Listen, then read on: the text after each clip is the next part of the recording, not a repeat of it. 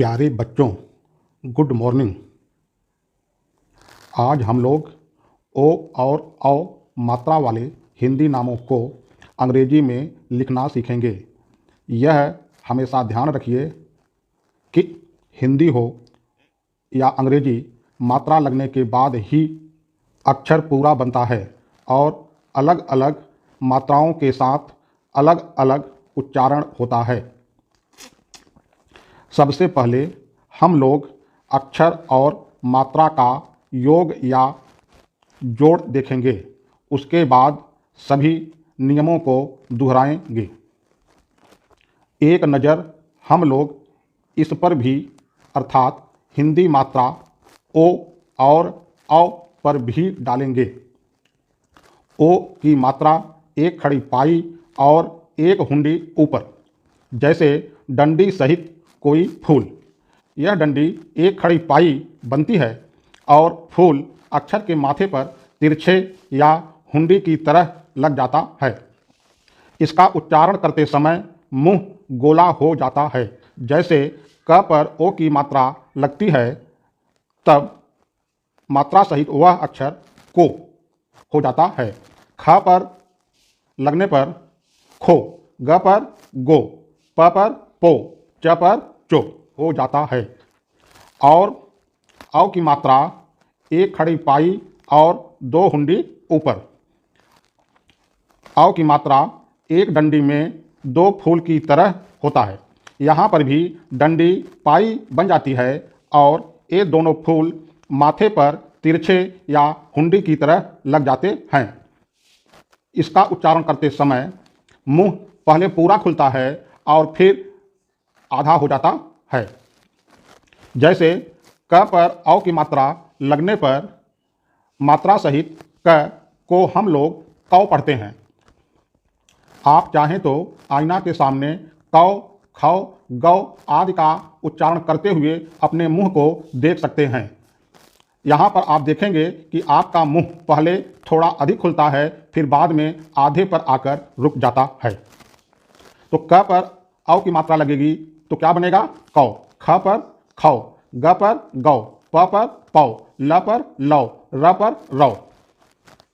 अब हम लोग एक बार पहले पढ़े गए नियम को दोहराएंगे। नियम 1, नाम के प्रत्येक भाग के अंतिम अक्षर के साथ अ की मात्रा होने पर उसे आधा समझा जाएगा और उसके साथ ए नहीं लिखा जाएगा। जैसे मोहन कुमार गौतम में नाम के 3 भाग हैं, मोहन, कुमार और गौतम।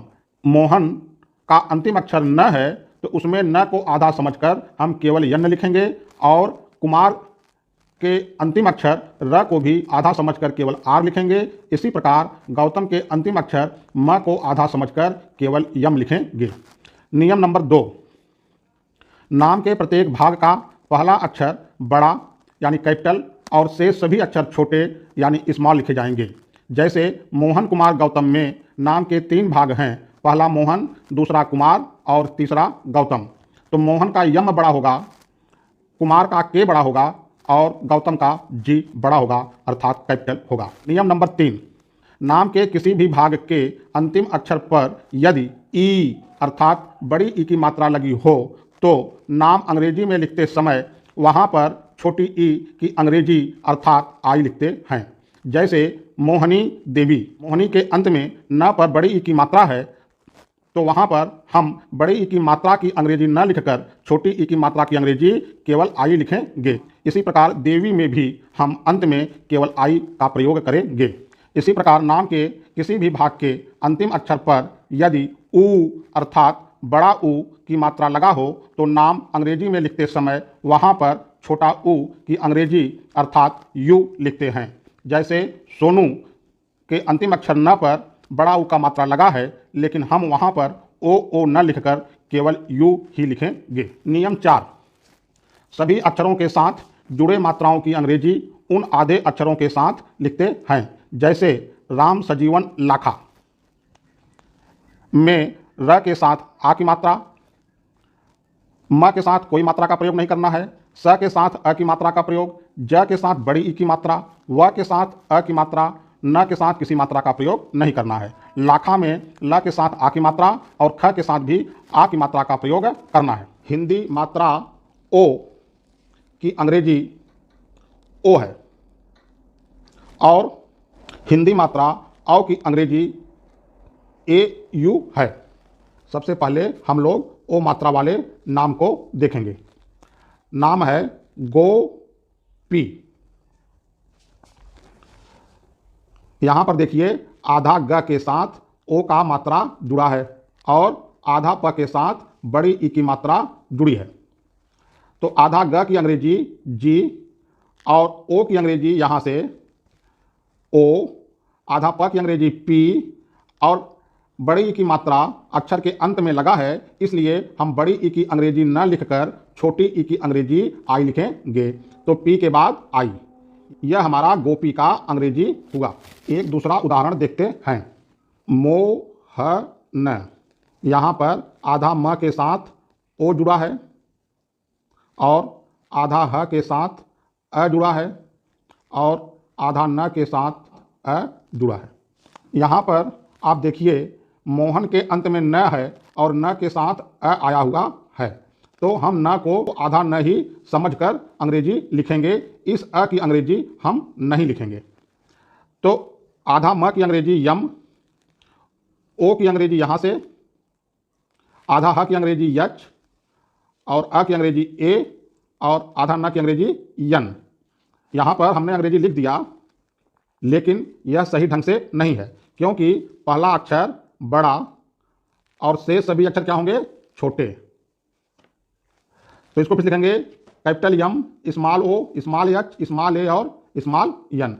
यह हमारा मोहन का अंग्रेजी आते हैं औ मात्रा वाले नामों पर। इसमें पहला नाम हम लेते हैं नौशाद।